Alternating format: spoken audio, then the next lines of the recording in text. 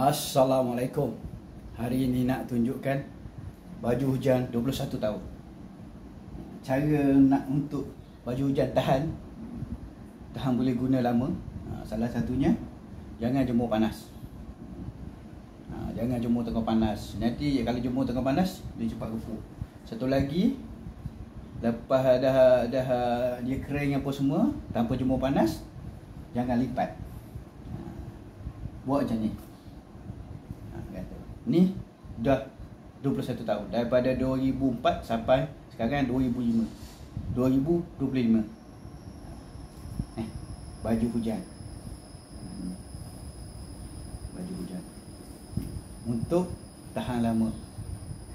Mana sahabat kalau nak tengok apa-apa yang terbaik, boleh tengok dalam channel saya, I and Sport Muslim.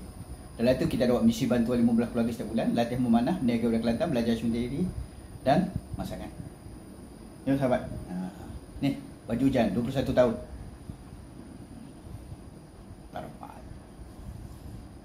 Assalamualaikum. Hidup dalam perjuangan.